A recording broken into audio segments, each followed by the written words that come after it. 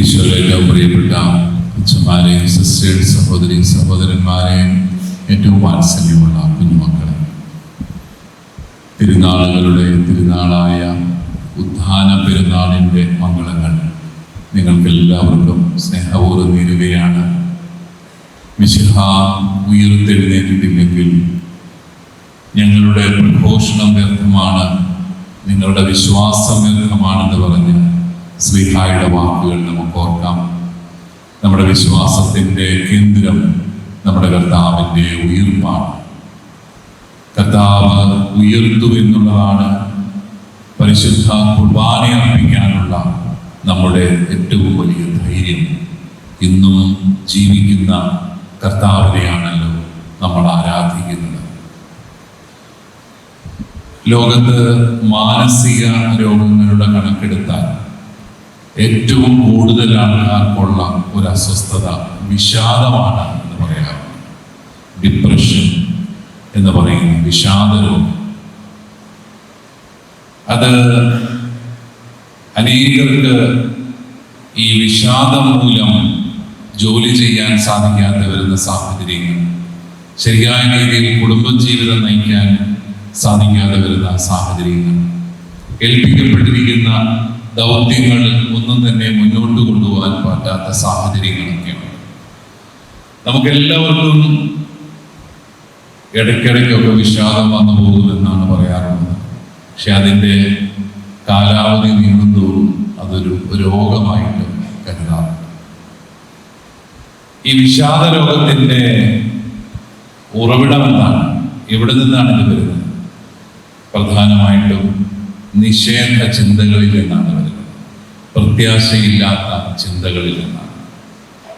നമ്മുടെയൊക്കെ കുടുംബങ്ങളിൽ കുഞ്ഞുനാള് മുതൽ നമ്മുടെ കുഞ്ഞുങ്ങൾ കേട്ടു വളരുന്നത് വിഷാദത്തിൻ്റെ വർത്തമാനങ്ങളാണെങ്കിൽ എപ്പോഴും അസ്വസ്ഥതകളും വഴക്കുകളും ഇല്ലായ്മകളും പരാധീനതകളും കുറ്റം പറച്ചിലുകളും പരസ്പരമുള്ള കുറ്റാരോപണങ്ങളും മാത്രമാണ് ഈ കുഞ്ഞുങ്ങൾ കേട്ടു വളരുന്നതെങ്കിൽ വളരെ പെട്ടെന്ന് അവരുടെ മനസ്സും നിഷേധാത്മകമായിട്ട് മാറും. ഇത്തരത്തിലുള്ള രോഗങ്ങൾക്കുള്ള ഒരു സാധ്യതയും കൂടി ഉണ്ടെങ്കിൽ വളരെ പെട്ടെന്ന് അവർ ആ രോഗങ്ങൾക്ക് അടിപ്പെടുന്നത് നമ്മൾ കാണാറുണ്ട്. ലോകത്തിന്റെ മുഴുവൻ വിഷാദത്തെ മാറ്റുന്ന വലിയൊരു വാർത്തയായിരുന്നു അവൻ സത്യമായും ഉയർത്തെഴുന്നേറ്റു എന്നുള്ളത്. അവനിൽ വിശ്വസിച്ചിരുന്നവർക്കെല്ലാം അവന്റെ കുരിശുമരണം വിഷാദമാണ് നൽകിയത്.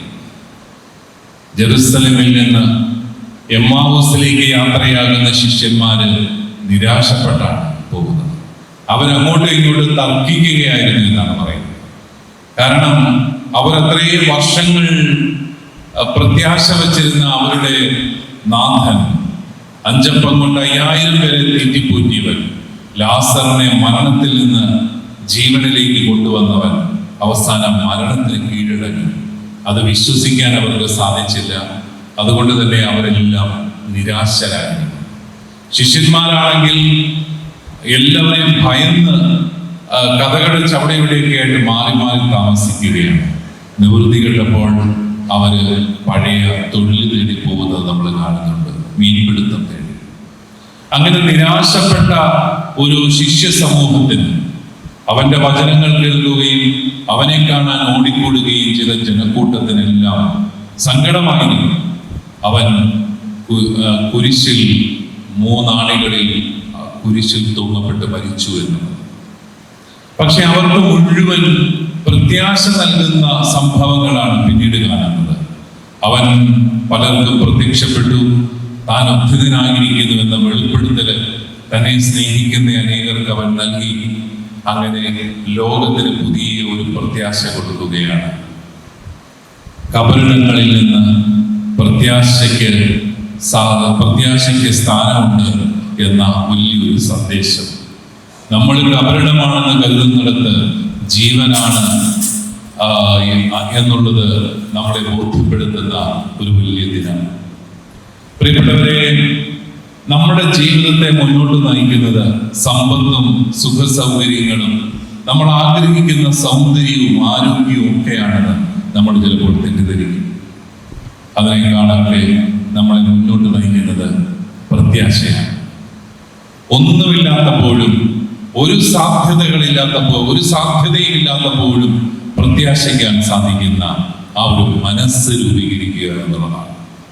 എന്തുകൊണ്ടാണ് ക്രിസ്ത്യാനികള്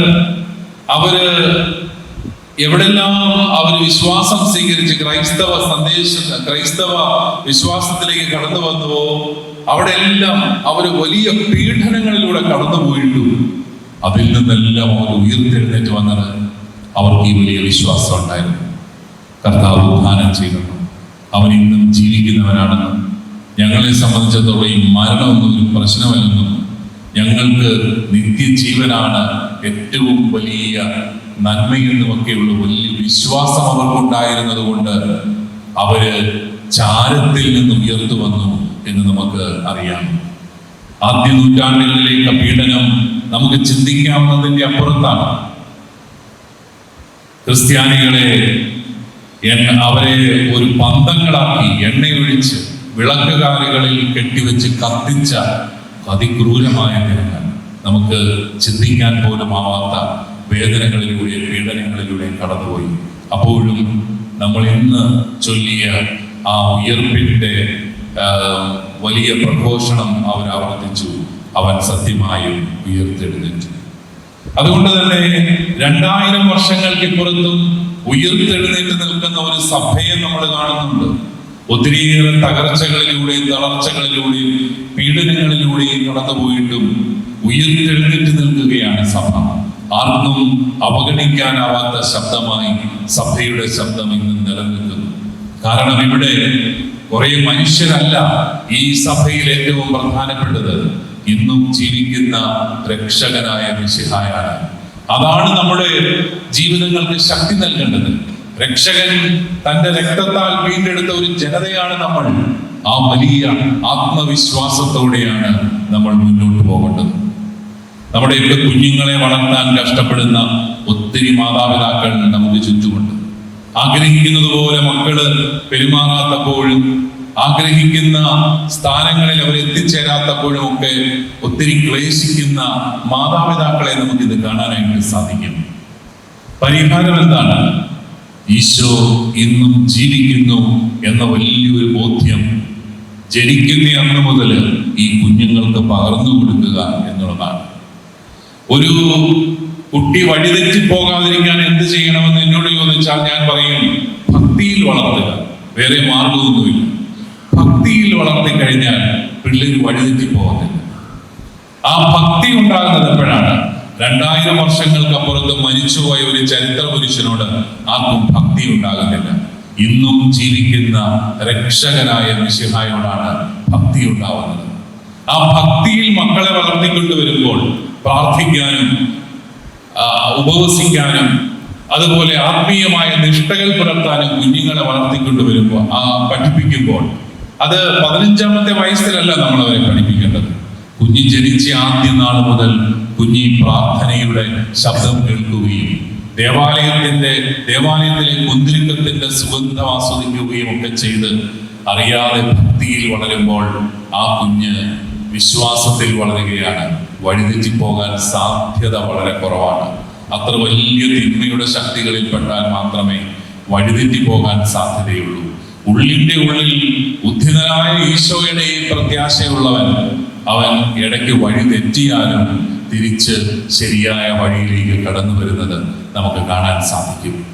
നമ്മുടെ കുടുംബങ്ങളില് ഈ ഉയർപ്പിന്റെ ചൈതന്യം സൂക്ഷിക്കാൻ നമുക്ക് എന്ത് ചെയ്യാൻ പറ്റും?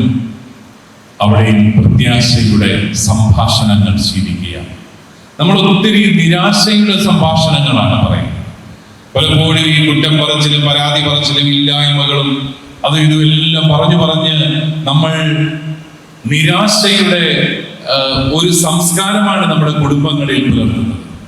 പൊതുവെ വീടുകളിൽ വർത്തമാനം പറയാത്തവരാണ് മാതാപിതാക്കൾ. സ്നേഹവർത്തമാനമൊന്നും നമ്മുടെ കുഞ്ഞുങ്ങൾ കേട്ട് വളരുന്നില്ല. അവർ കേട്ട് വളരുന്നതൊക്കെ വഴക്കുകളും തർക്കങ്ങളും അങ്ങോട്ടും ഇങ്ങോട്ടുമുള്ള മത്സരങ്ങളും ഒക്കെ മാത്രമാണ്. അതുകൊണ്ടാണ് അവർക്ക് പ്രത്യാശിക്കാൻ കഴിവില്ലാതെ പോകുന്നത്. ഉത്ഥാനത്തിന്റെ ചൈതന്യത്തിൽ മക്കളെ വളർത്താൻ അല്ലെങ്കിൽ കുടുംബങ്ങളെ രൂപീകരിക്കാൻ പ്രത്യാശയുടെ സംഭാഷണങ്ങൾ പരിശീലിക്കണം. നല്ലത് പറയാനും നല്ലത് കാണാനും മറ്റുള്ളവരെ ആദരിക്കാനും നന്ദിയോടെ ലഭിക്കുന്ന ജീവിതത്തിന് നന്ദിയോടെ ജീവിക്കാനും ഒക്കെ നമുക്ക് സാധിക്കുകയാണെങ്കിൽ തീർച്ചയായും അവിടെ ഒരു ഉയർപ്പിന്റെ സമൂഹം വളർന്നു വരുന്നത് നമുക്ക് കാണാം. നമുക്ക് ചുറ്റും മരണ സംസ്കാരം വളർന്നു വരുന്നു എന്ന് ജോൺ പോൾ രണ്ടാമൻ മാർപ്പാപ്പ മുതൽ ഉള്ള പാപ്പാമാരെല്ലാം നമ്മളെ ഓർമ്മിപ്പിക്കുന്നുണ്ട്. അമ്മയുടെ ഉദരത്തിൽ ഉരുവായ ദിവസങ്ങൾക്കുള്ളിൽ നശിപ്പിക്കപ്പെടുന്ന കുഞ്ഞുങ്ങളുടെ എണ്ണം ഏത് യുദ്ധത്തിൽ മരിച്ചു വീഴുന്ന ആൾക്കാരുടെ എണ്ണത്തെക്കാളും 10 മടങ്ങ് വലുതാണെന്ന് തിരിച്ചറിയുമ്പോൾ എത്രയോ മനുഷ്യ വ്യക്തികളാണ് അമ്മമാരുടെ ഉദരങ്ങളിൽ തന്നെ നശിപ്പിക്കപ്പെടുന്നത്. മരണത്തിന്റെ സംസ്കാരമാണ്. യുദ്ധങ്ങൾ മരണത്തിന്റെ സംസ്കാരമാണ്. നമ്മളിപ്പോൾ ഓരോ ദിവസവും യുദ്ധത്തെക്കുറിച്ചുള്ള വാർത്തകളാണ് കേൾക്കുക. എല്ലാ യുദ്ധങ്ങളും എല്ലാ തർക്കങ്ങളും തിന്മയിൽ നിന്നാണ് ഉയർക്കൊള്ളുന്നത്. മനുഷ്യന്റെ തിന്മയാണ് മറ്റുള്ളവരുടെ സഹനങ്ങളിലേക്ക് നയിക്കുന്നത്. അവിടെയുമെല്ലാം ഈ മരണ സംസ്കാരം വളർന്നു വരുന്നത് നമുക്ക് കാണാം.